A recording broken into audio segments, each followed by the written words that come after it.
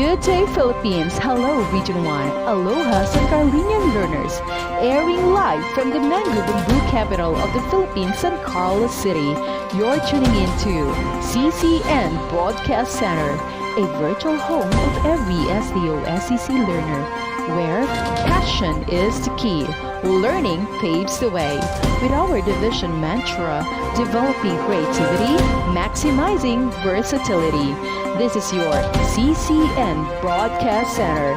CCN Broadcast Center, a virtual home of every SDO-SEC learner.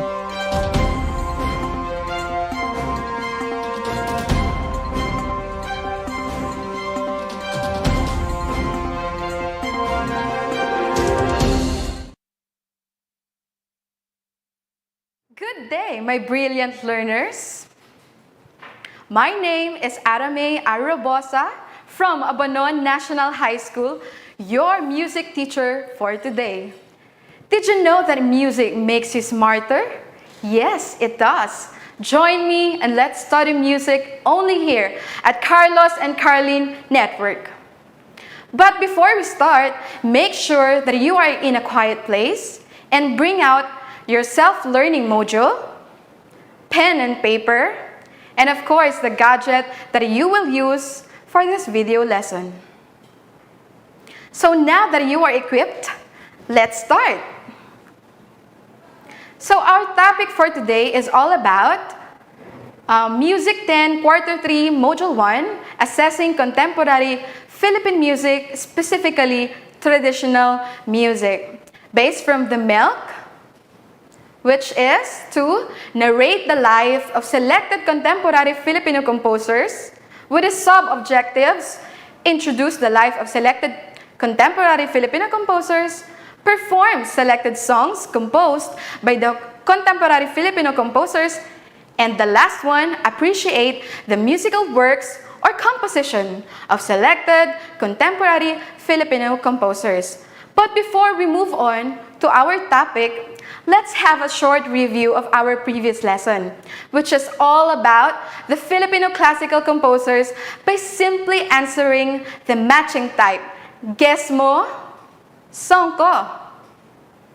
Okay, so simply choose the title of the song that corresponds to the following composers that is on the screen. So I'll give you 5 seconds to answer. First, we have Mr. Freddy Aguilar. Okay, so what is your answer? So if your answer is anak, you were right. Okay, next composer, we have Yoyoy Villame. So what is your answer? And if your answer is Magellan, you are correct again. Next, Florante. So what is your answer? Of course, it is letter B. Ako'y isang Pinoy. Another one, we have Gary Granada. So what is your answer? Of course, it is letter A. Walang hanggang paalam.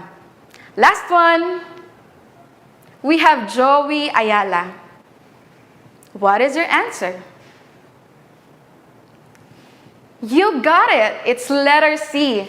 Kabayani. If you got all the answers correct, very good. It only means that you have really listened to our previous discussion. So our next activity is called Word Hunt. Let's try to find out the words that are associated with our lesson for today. I'll give you 10 seconds to answer.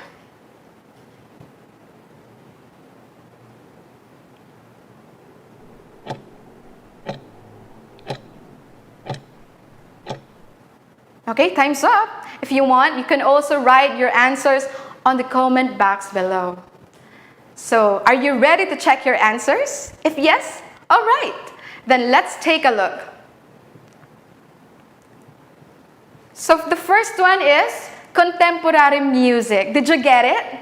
Okay, so next we have brass, guitar, percussion, dissonant, synthetic sounds, complex rhythm, saxophone, digital, west, and of course, piano. So those are the words that we have found. So how many did you get? You can comment it down on the comment box below. If you got it all, then good job. If not, don't worry, because we will know more about those words later on. So, class, what do you think is our lesson for today? I know you already know what it is. And you're right.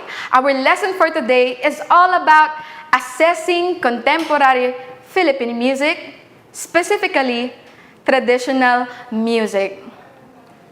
So, what is Philippine contemporary music? Anyway, please read with me. Philippine contemporary music refers to the compositions that have embraced elements and ideas from the 20th century in the West and musical styles in the entertainment industry. Contemporary music is categorized into 3 parts in accordance with the curriculum guide given by the Department of Education. First one is the traditional music, 2, new music, 3, song composers. But in this lesson, we will only discuss the first music, which is the traditional music. When we are talking about traditional music, it is the music of the Philippines from the 20th century, specifically up to the present music. In particular, in which the composers have their own style in composing music, as well as that they not get influenced by other styles and or techniques in music, such as Western classical music. So one of the examples of traditional music is the creation of kundiman. Bottom line is that contemporary music was mainly about the period and not the style in music form. So this is as long as they were released within the same period.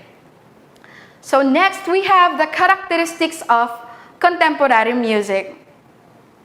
First one, we have the contemporary music makes use of harmonies that are dissonant most of the time. So what do you mean by dissonant? When you say dissonant, it means an unusual combination of sounds or a clashing sound.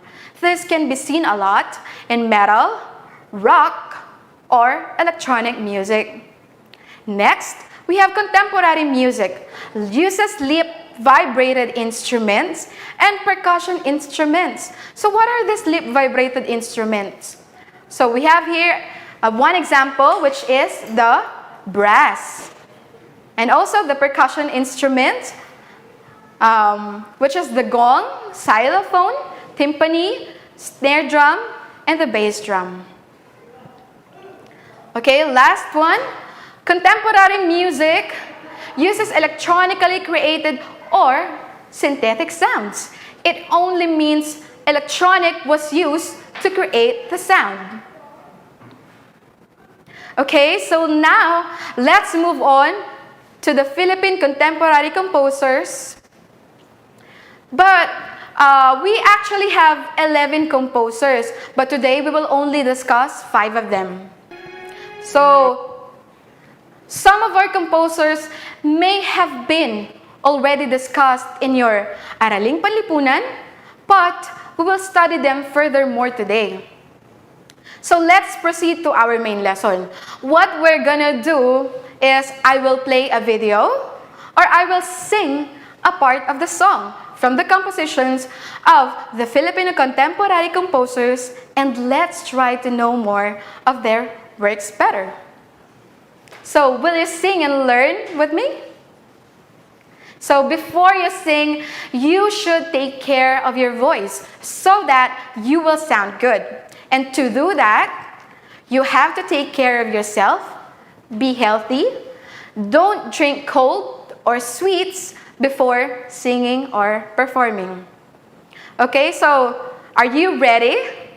So let's sing. I will lead and you can follow me. So we have here Ugoy ng Duyan by Lucio D. San Pedro.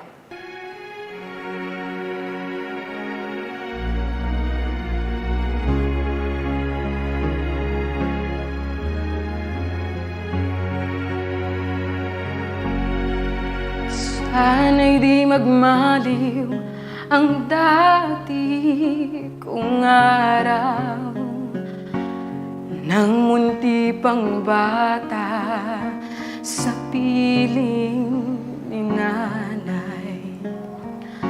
Nais kong maulit ang awit ni inang mahal, awit ng pag-ibig habang ako'y nasa duyan. Okay, so that was Ugoy ng Duyan, composed by Lucio D. San Pedro, born on 1913 and died at the year 2002. He was National Artist for Music year 1991, and he was known as Romantic Nationalist. So when we say Romantic Nationalist, the composer sought to create music that was individualistic, emotional, dramatic, and often programmatic. So he studied the banjo, which inspired him to become a serious musician. He later pursued his music degree at the University of the Philippines and Juilliard School in New York, USA. Upon returning to the Philippines, he became a professor of theory and compositions at the University of Philippines College of Music.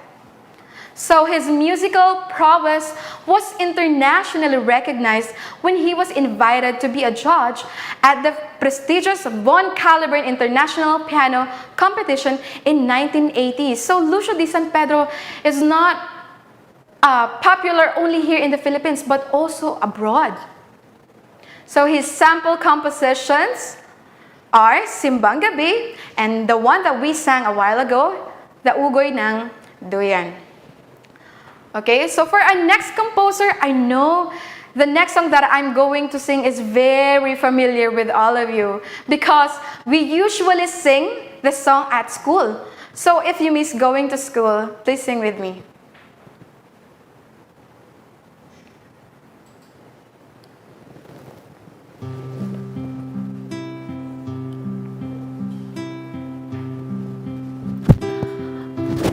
Ang bayan ko'y tanging ikaw, Pilipinas kong mahal, ang puso ko at buhay man sa iyo'y ibibigay.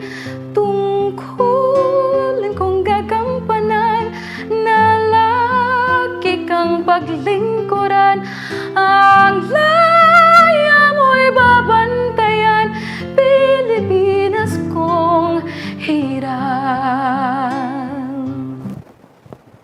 Okay, did you miss that song? I miss it too. Okay, so that was composed by Francisco Santiago. He was born on 1889 and died at the year 1947. He was known as the father of Kundiman art song. So Santiago's music was romantic in style, incorporating Western forms and techniques with folk materials. He belongs to the triumvirate of Filipino composers. When you say triumvirate, it only means it is a group of three powerful people or men. He finished his music specialization at the American Conservatory of Music in Chicago, where he obtained his doctorate degree in 1924. So I think we're supposed to call him Dr. Francisco Santiago. He was also a musical director for films. He became the first Filipino director of the UP Conservatory of Music. Wow! His sample compositions are Kundiman, Anak ng Dalita, and Pilipinas Kong Mahal. Okay, moving on to our next composer. Please watch this video.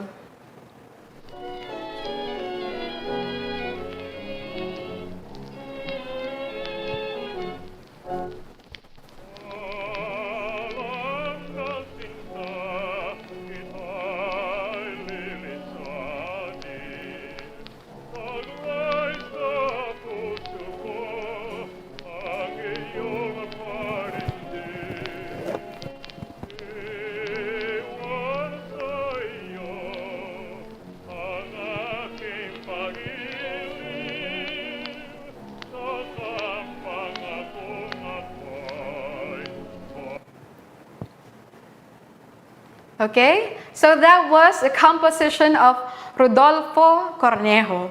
He was born in 1889 and died at the year 1947. So at the age of 10, he wrote his first composition, Glissando Waltz. Wow! Next, he became director of the Cosmopolitan College's Conservatory of Music from 1948 to 1949. As musical director of Sampaguita Pictures, he wrote scores for 27 films.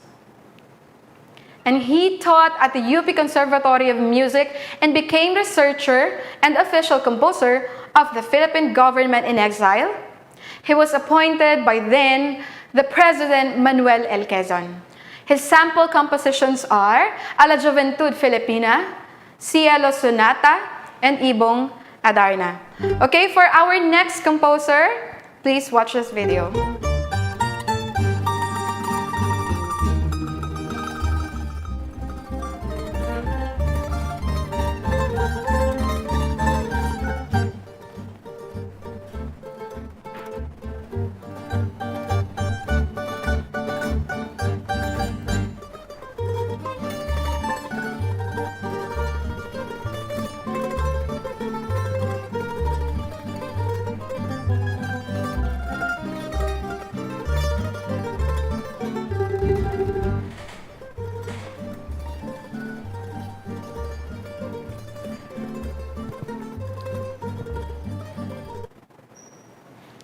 Okay, so that was the composition of Alfredo Santos Buenaventura.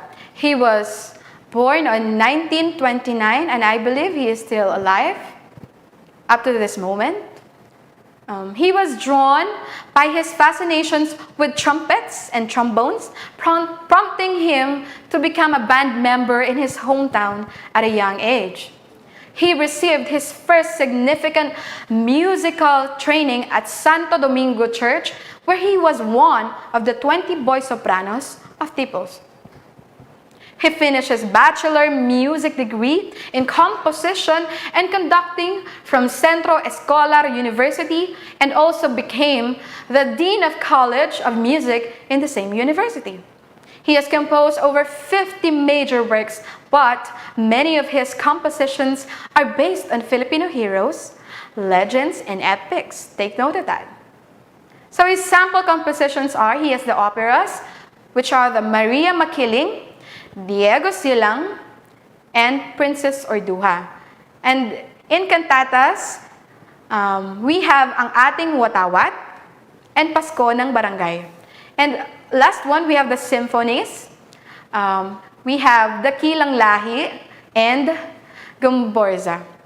So, for our last composer, I think he is the most popular one because we see him on TV shows even up to this moment. A little trivia, learners. He has roots here in Pangasinan. That's one proof that we Pangasinenses are very much talented. This song, you usually hear this song in Christmas time. Kumukuti-kutitap, dumubusi-busilak, ganyan ang inda ng mga bumbilya. Kikindag-kindag, kukurap-kurap, pinaglalaroan ninyong mga mata. Kumukuti-kutitap, dumubusi-busilak, ganyan ang inda ng mga bumbilya. Kikindag-kindag, kukurap. Okay, so that was Kumukuti-Kutitap by Raimundo Cipriano Cayabyab, or popularly known as Mr. C. He was born on the year 1954. He was National Artist for Music, year 2018, and was known as Transition Composer. He is regarded as the most accomplished composer, arranger, and musical director in the Philippine music industry since this bloomed beginning the 1970s. His sample compositions are Kay Ganda ng Ating Musika, The Coconut Nut, Paraiso, and Limang Dipang Tao. So that was our 5 amazing and very talented composers here in the Philippines. I am hoping that you will try to remember them. So, at this time, I will ask you a few questions about your opinion regarding our topic. So first is, how is traditional music different from the music you hear today? Okay, so I'll give my opinion first, but you can write down your opinion later in the comment box below. So one of the differences is that traditional music focuses on social function, while the modern music focuses on how the music combined and integrated with a technology. Okay, so who among the traditional composers do you like most and why? Please share with us your own favorite composer by typing on the comment box below. Okay, so did you enjoy our lesson? I hope you did, because I enjoyed it a lot. But wait, there's more. We will be doing a sing-along to freshen up your mind and be relaxed a little bit. So come on, sing with me. Here's Kay Ganda na Ating Musika by Ryan Cayabyab.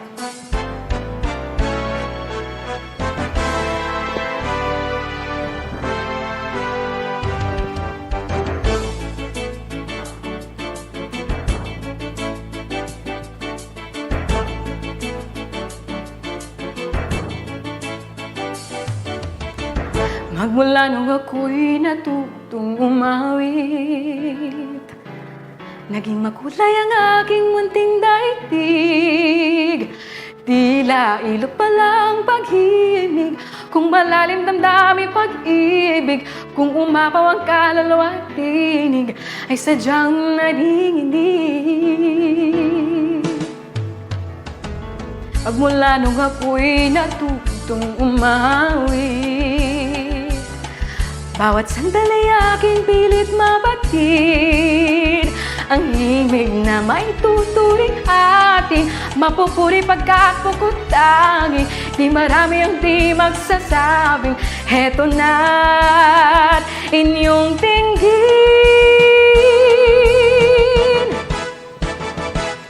Kay ganda ng ating musika, kay ganda ng ating musika, ito ay atin, sariling atin, at sa habang buhay, awitin natin ng ating musika, kay ganda ng ating musika, ito ay atin, sariling atin.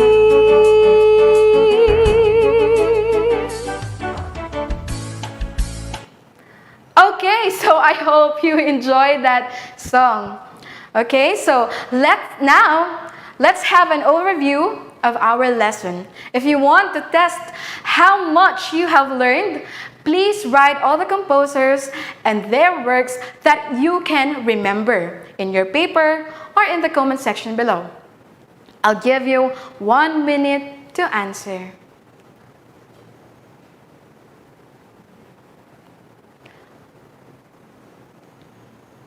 Are you finished?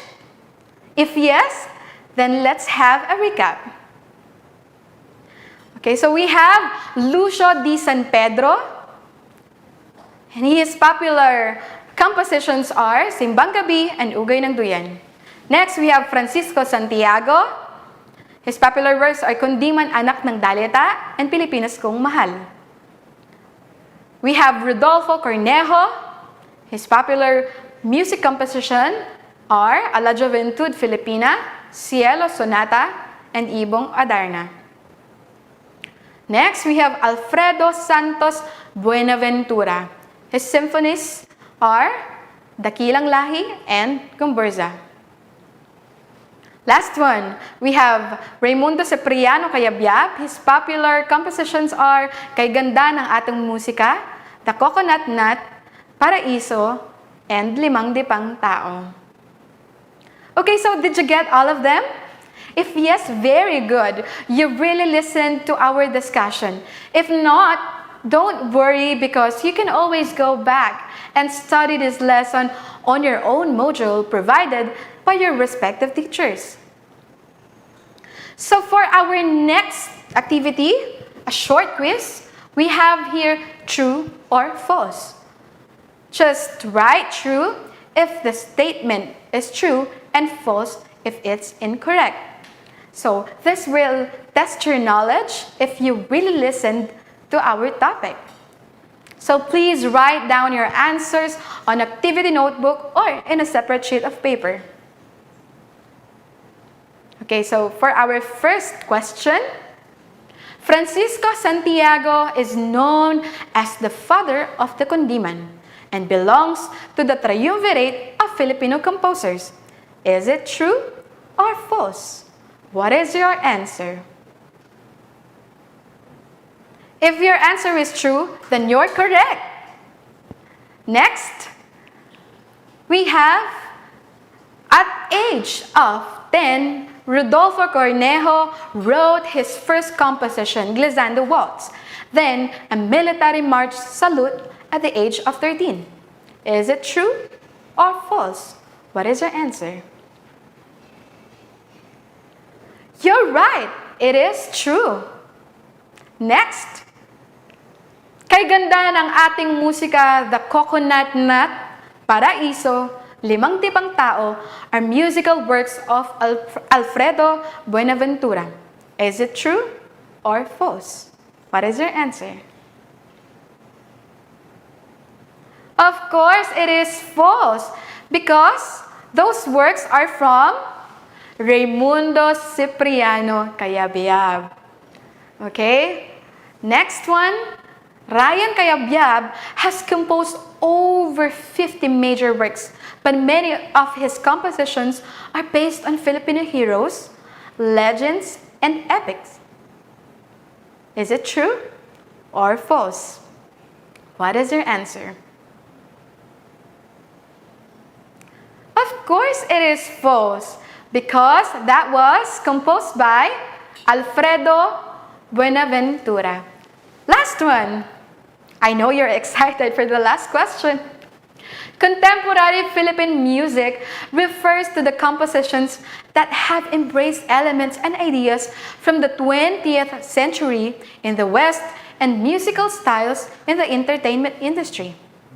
Is it true or false? Please write your answer. You're right! Of course, it is true. So, learners, did you get all of it? If yes, job well done. Okay, so for our last activity today, we have here an activity called Create Memories.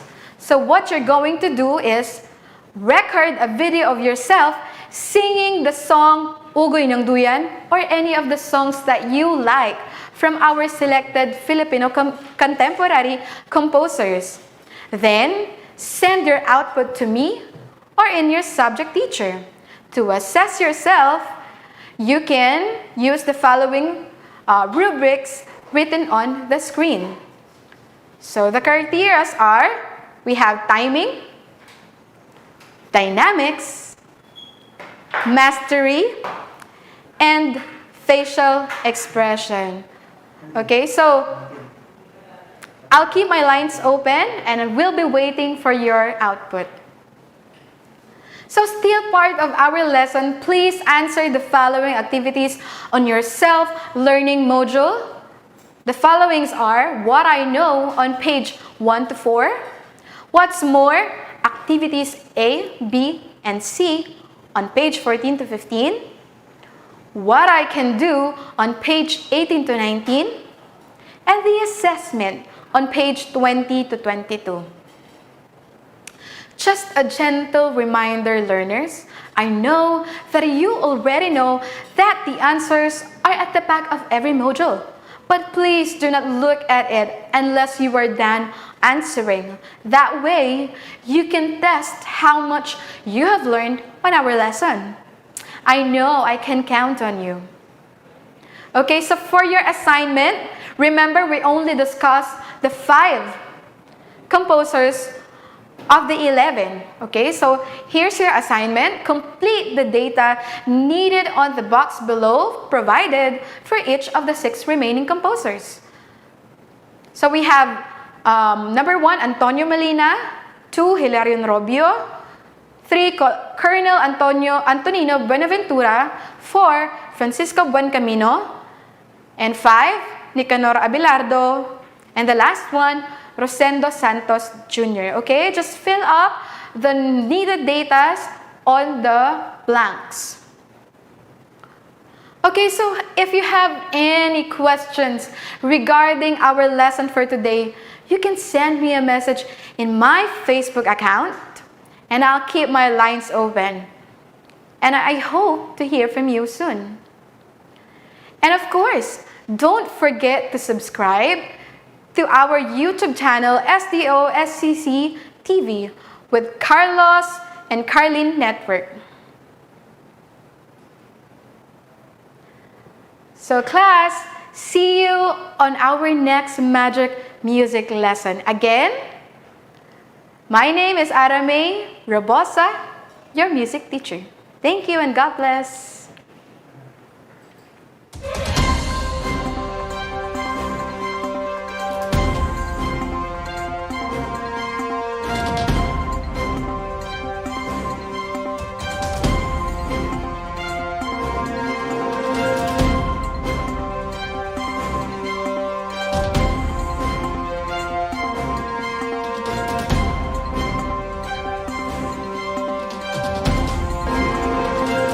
Good day, Philippines. Hello, Region 1. Aloha, San Carlinian learners. Airing live from the mango bamboo capital of the Philippines, San Carlos City. You're tuning in to CCN Broadcast Center, a virtual home of every SDO-SCC learner, where passion is the key. Learning paves the way. With our division mantra, developing creativity, maximizing versatility. This is your CCN Broadcast Center. CCN Broadcast Center, a virtual home of every SDO-SCC learner.